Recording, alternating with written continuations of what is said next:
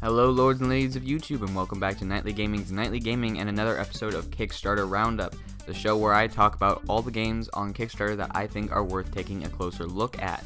So, moving right into our games, the first game is Machiavillain by Wild Factor. Their headline reads, "You are the villain, build your mansion, raise your monsters, and slaughter visitors. PC, Mac, Linux." So this game's interesting. It's based around the premise of what happens to monsters when they are not causing mayhem and chaos and all of that. So you have to build a house for them. You have to build proper living conditions for each of your monsters. It has a fun, toony style graphics to it. It's very nice looking.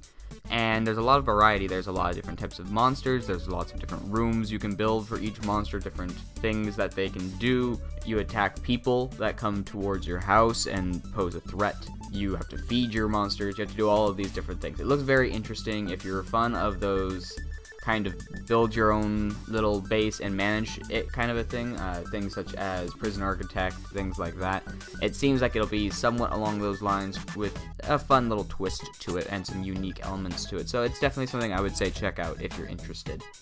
Our next game is a-gents by Fime Studio. A-gents is a pixel art shooter inspired by the genre's classics like Commando, Cannon Fodder, or Jackal. Well, I would personally say it reminds me more of a combination of Commando and the original Metal Gear Solid.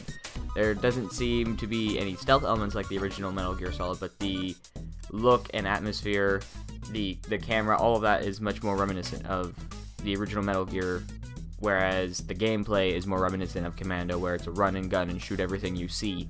There's some cool big bosses. You're a special agent, so you're talking to other special agents, the same way you would be talking in Metal Gear, giving you missions and all of that kind of stuff that you have to go and do. It seems like a really fun, kind of old school style shooter.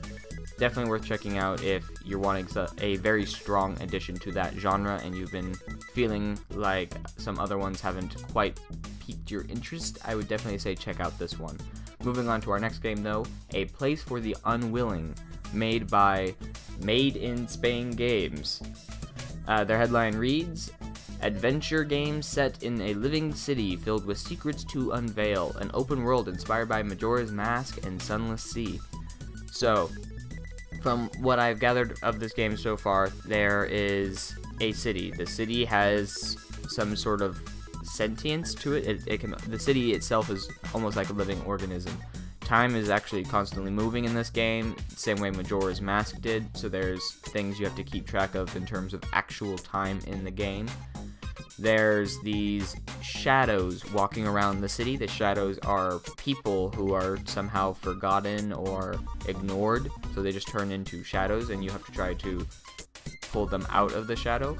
Meanwhile, there's also something going on in the city. It's very much a mystery style game. It seems like the main point of the game is to solve the mystery while going on your little adventure and keeping track of the world around you. The world definitely seems interesting. The art style seems interesting. The beginnings of the story seem interesting. And I'm curious to see how they pull it all together. So if you are interested in a new fun mystery game, I would definitely check out A Place for the Unwilling. Our next game and last game for the day, though, is Pinstripe by Thomas Brush. Their headline reads, "A bizarre and beautiful 2D adventure about a minister in hell made by a one-man team." So this game looks very interesting. It seems very stylized. It seems not particularly challenging. It seems similar to games like Botanicula, if you know what that is, where it's very much an atmospheric game with some mild puzzles and a little bit of just figuring out where to go. The concept of it is a minister has gone down into hell to save his daughter who's been kidnapped, and you have to try to fight your way through hell to find her. There seems to be like towns that you stop by, there's monsters here and there that you have to interact with, you have your little dog along to help you, you have a rifle, so there is some shooting to it, but it's a 2D scroller and you just kind of aim with your mouse as far as I can tell, so nothing super complicated in shooter mechanics. It definitely seems more of a story-driven, atmospheric game with some puzzle and maybe a little bit of action elements to it. So it looks like a fun game with an interesting story, and it has some nice graphics. So if you're interested in that, I would definitely say check that one out. So just a reminder, I have links to all of these in the description down below, so if you want to check those out, you can. Otherwise, let me know if there was any games that you thought I should have mentioned this week that I did not, and if there were any games I did mention that you didn't think were worth mentioning, then let me know in the comment section down below.